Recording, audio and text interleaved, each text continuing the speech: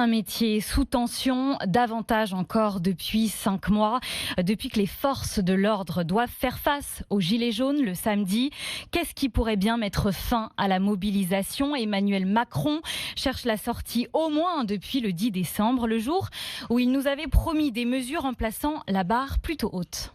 Nous ne reprendrons pas le cours normal de nos vies. Nous sommes à un moment historique. Nous sommes à la tâche et je reviendrai m'exprimer devant vous pour vous rendre compte.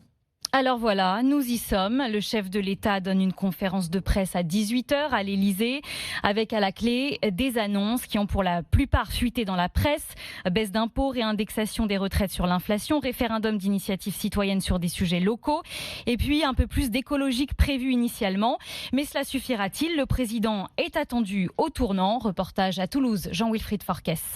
Victor, jeune salarié qui travaille dans le secteur du commerce, suivra cette conférence de presse. Il espère que le président de la République pourra stopper la crise des gilets jaunes. J'attends que le chef de l'État propose des mesures pour calmer les tensions, mais je sais pertinemment que les mesures ne seront pas assez concrètes pour calmer tout ça. De son côté, Marie-Françoise estime qu'il n'y a rien à attendre de ce rendez-vous télévisé. Pour moi, ça sert à rien qu'il passe à la télévision. Mais après, peut-être je le regarderai quand même. Déjà pour voir qu'est-ce qu'il dit.